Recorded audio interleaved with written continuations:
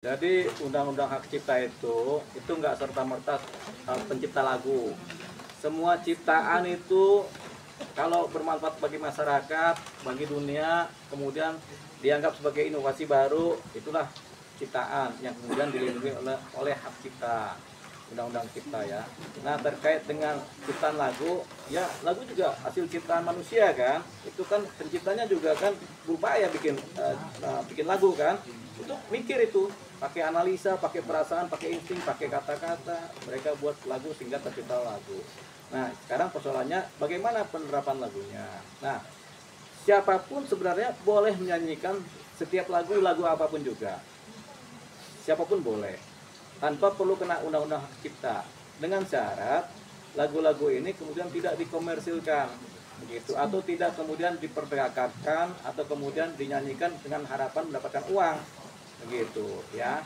Siapapun boleh, pengamen juga boleh, pengamen dapat uang kecil masa diminta kan gitu kan, namanya juga buat nyari hidup kan, jadi nggak masuk ke wilayah sana.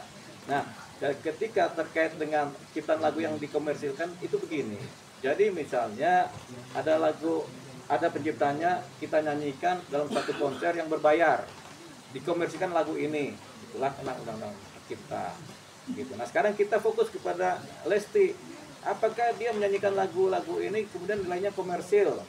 Kalau dia menyanyikan tidak komersil ya tidak kena.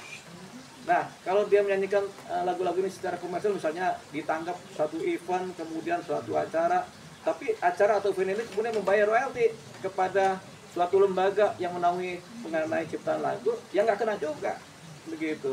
Nah atau si Lesti kemudian menyanyikan lagu yang kemudian eventnya ada, berbayar juga, tapi kemudian ada pihak lain, ada orang yang nonton kemudian mengupload kepada YouTube-nya, ya Lesti nggak kena juga begitu.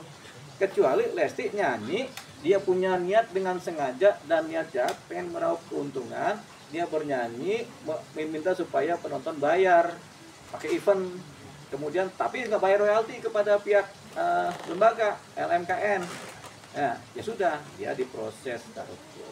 Makanya kita harus hati-hati, karena memang ditanya begitu, kuncinya setiap ciptaan lagu yang kemudian dinyanyikan oleh siapapun sebenarnya tidak ada persoalan sepanjang tidak ada nilai komersil. Yang kedua, kalaupun ada nilai komersil, kalau sudah bayar royalti juga nggak ada persoalan. Yang ketiga, kalau dia sudah nyanyi secara komersil disorot, tapi ada pihak lain yang mengupload ke suatu pemberitaan atau YouTube atau apa di medsos, ya sudah, yang salah bukan dia tapi si pengupload ini, karena dia mendapatkan keuntungan. Tapi kalau YouTube-nya sendiri bayar kepada LMKN, ya sudah, LMKN yang bertanggung jawab. Artinya apa? Sebenarnya pencipta lagu ini dalam undang-undang hak cipta sudah dilindungi melalui LMKN, melalui wadah-wadah. Tinggal wadah ini ngasih nggak kepada pencipta lagu. Nah ini persoalannya. Kebutuhan di situ, kalau si pencipta lagu sudah bikin lagu banyak-banyak, tapi kemudian dinyanyikan secara populer, tapi dihargain juga tidak, dikasih duit juga tidak, begitu kan? Akhirnya kan melongso. Akhirnya begini, kalau kita biarkan ini berjalan seperti ini, nanti kasihan pencipta lagu, mereka yang capek berkarya, mereka nggak dapat apa-apa. Kita juga harus fair, pencipta lagu harus mendapat, penyanyi juga harus mendapat, penikmat juga harus membayar, kan begitu. Jadi aspeknya di situ. Nah sekarang kita persoalannya adalah bagaimana dengan pencipta lagu kalau dibegitukan. Tentunya nanti banyak orang yang memang dunianya adalah menciptakan lagu, mereka malas menciptakan lagu.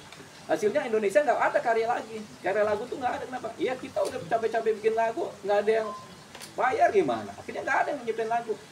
Akhirnya tinggal lagu-lagu lama yang kita jadi nostalgia kan. Gitu, lir lagu gitu aja tuh diulang gitu, karena nggak ada yang nyiptain lagu baru gitu. Cuman persoalannya kan sekarang udah ada AI yang nyiptain lagu sendiri, nah udah beda lagi tuh urusan. Bang, tapi kan ada yang dikatakan kalau dari pihak LMKN itu mengatakan ada dua teknik, performing rights dan mechanical, ya kan? Ya. Yang diwadahi oleh LMKN adalah performing rights. Nah, yang terkait kasus Lesti ini adalah masuknya ke mechanical, berarti kan tidak campur tangan nih LMKN, ya kan? Itu memang semua atas semua perizinan. Berarti kan memang didasari, kira-kira di sini Lesti bersalah nggak Bang? Karena kan dia tidak izin, semua kan didasari dengan perizinan. Ya nanti ya kan? kita lihat pondasinya ya. Apa pondasinya? Pondasi hukum.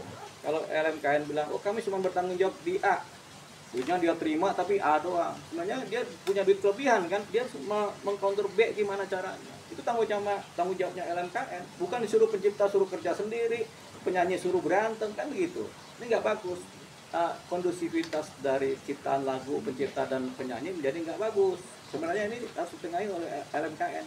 Kalau mereka bilang, oh kami nggak bertanggung jawab dengan mekanikal, ya nggak begitu. Mereka harus bertanggung jawab terhadap semua persoalan-persoalan ciptaan lagu dan persoalan-persoalan yang menyanyikan. Mereka harus bertanggung jawab gitu. Jadi ini ada bolongnya di situ, di mana mereka tidak bertanggung jawab. Enak di dia, nggak enak di yang lain kan begitu. Jadi itu persoalannya. Nah, makanya ini kita akan kejar ke LMKN sebenarnya. Bagaimana sih mekanismenya? Kalau memang masih bolong di situ, kita bikin undang-undang baru untuk mengatasi ini. Gitu. Berarti ada perbaikan terhadap undang-undang hak cipta khusus mengenai ciptaan lagu dan bagaimana dinyanyikannya. Nanti kesimpulannya menurut abang kira-kira memang Lesti itu salah, masuk kategori salah atau tidak, kan semua itu memang harus perizinan walaupun Betul. dalam teknik performing arts atau mekanikal. Ya, ketika kita bicara mekanikal, berarti kita bicara detail kan. Namanya mekanik kan detail, apakah murnya yang salah, apakah obengnya nggak ada, apakah ikatan tali kawatnya yang belum sempurna. Namanya mekanik kan, bisa banyak persoalan. Itu harus didetailkan. Dan siapa yang mengerjakan ini? Nggak ada lembaga lain selain lembaga penyidikan. Mereka yang menganalisa ini dengan keterangan-keterangan ahli, kan jadi ahli. Kalau memang ada undang-undang yang masih kurang, mereka harus perbaiki. Kalau memang ternyata Lesti salah, ya salah, gitu. Karena apa ya? Karena masih ada yang begini-begini. Tapi kalau memang ternyata yang mekanik ini nggak begitu salah amat atau nggak salah, ya sudah berarti lolos, begitu. Cuman kita nggak usah sampai ke pemeriksaan mekanik, karena itu berbiaya mahal. Mekanikal kan?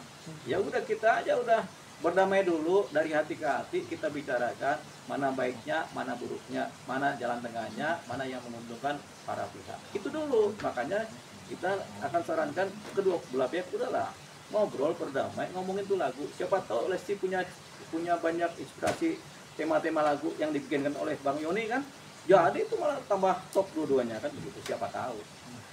Ketika LMKN mau memfasilitasi untuk mediasi, itu gimana Bang? Oh ya nanti kita lihat, kita cuma bisa menyarankan kedua-duanya mediasi sesuai dengan saran dari LMKN. Tapi LMKN itu harusnya nggak cuma memberi saran, tapi mereka bertanggung jawab dan wajib memediasikan. Soal boykot itu gimana Pak? Siapa yang boykot? Lagu-lagunya Oh lagu-lagunya si Yoni diboykot. Ya jangan gitu juga, gitu. Jadi orang udah ciptain lagu capek-capek diboykot hanya karena tersinggung atau itu berlebihan. Kita catat siapapun yang memboykot terhadap lagu-lagu orang cipta itu namanya berlebihan. Dan setiap yang berlebihan nggak bagus. Memboykot itu nggak bagus. Kita kalau lagi ngobrol sama orang diboykot itu nggak bagus juga. Ada kan pernah orang diblokir chatting-chattingnya kan di WA kan sakit hati. Gitu. Tapi itu kan nggak ada hukumnya. Yang ini ada hukumnya kan begitu. Nah apalagi ciptaan karya cipta gitu. Bang, kan baik yang berpendapat harusnya Yoni Dores tuh nggak menyalahkan penyanyinya. Ya jadi di sini kan konteksnya industri musik Indonesia ini siapa sih yang harusnya tanggung jawab atas perizinan lagu, apakah penyanyinya atau label atau itu organizernya gitu. Jadi gini, kita bicara sama Pak Yoni Dores sebagai pencipta lagu. Kita harus memahami juga beliau pencipta lagu itu secara internal ya kepribadian ya atau jiwanya. Belum tentu beliau memahami secara lengkap undang-undang hak cipta. Belum tentu juga penyanyi Lesti Kejora juga memahami secara lengkap mengenai undang-undang hak cipta, mengenai konstelasi yang pas mengenai lagu dan ciptanya dan bagaimana menyanyikannya belum tentu paham. Jadi mungkin saja dua-duanya tidak paham, sehingga mereka tahu jalur yang paling bagus untuk membuat ini paham kan hanya jalur penegakan hukum. Jalur lain nggak akan bunyi. Mungkin kalau si Yoni Dores ke LMKN belum tentu bunyi, tapi dengan dia akhirnya cari yang tepat ya lembaga negara yang tepat kan, berarti kan negara itu siapa diwakili oleh kepolisian kan, dilaporkan akhirnya kan bunyi semua, akhirnya semua tahu dan mengerti. Timbul pro kontra biasa, tapi semakin pro kontra semakin dicari detail pemahaman yang benar seperti apa, sampai akhirnya oh ternyata yang benar itu seperti ini, atau ada masih ada yang kurang, mari kita perbaiki bersama.